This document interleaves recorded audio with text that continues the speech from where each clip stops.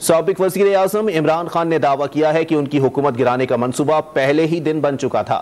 انہوں نے سابق آرمی چیف پر موجودہ وزیر اعظم سے مل کر سازش کرنے کا الزام عائد کیا اور اس سازش میں حسین حقانی کے بھی ملوث ہونے کا دعویٰ کیا۔ عمران خان نے حکومت پر اداروں کو تباہ کرنے کا ذمہ دار بھی قرار دیا۔